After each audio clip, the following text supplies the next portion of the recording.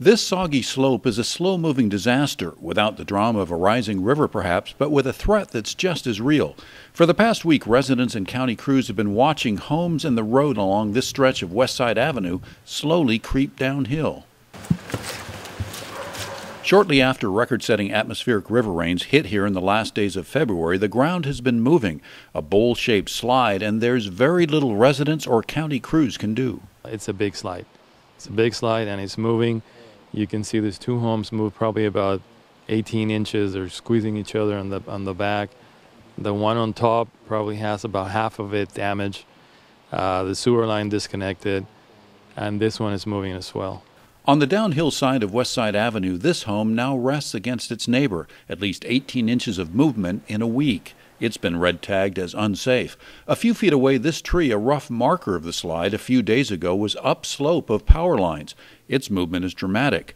County crews have made temporary road repairs. It's essential this route stay open as the only way in or out for dozens of homes. Brian Andriola and Dante Diaz's home has been red tagged. The biggest shock has come when the tree hit our house and jolted us.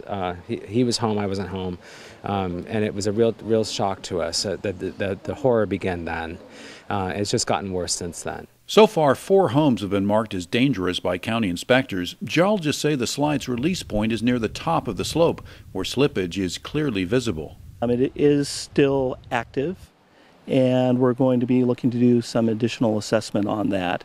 And that's probably going to involve some what are called inclinometers, where we'll be able to get a better feeling on how the slide is moving.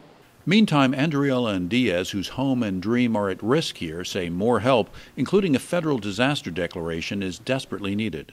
What we really need is for Gavin Newsom to give us his attention on this. In order for us to get working again and get rebuilt and to start moving again, we need that declaration. We have a lot of people who are suffering. And what comes next? Well, the county and consultants will install at least 2 devices to measure movement. The hope that movement will stabilize and allow repairs to take place before damage becomes insurmountable. In Forestville, Carl Van Amberg for News of the North Bay.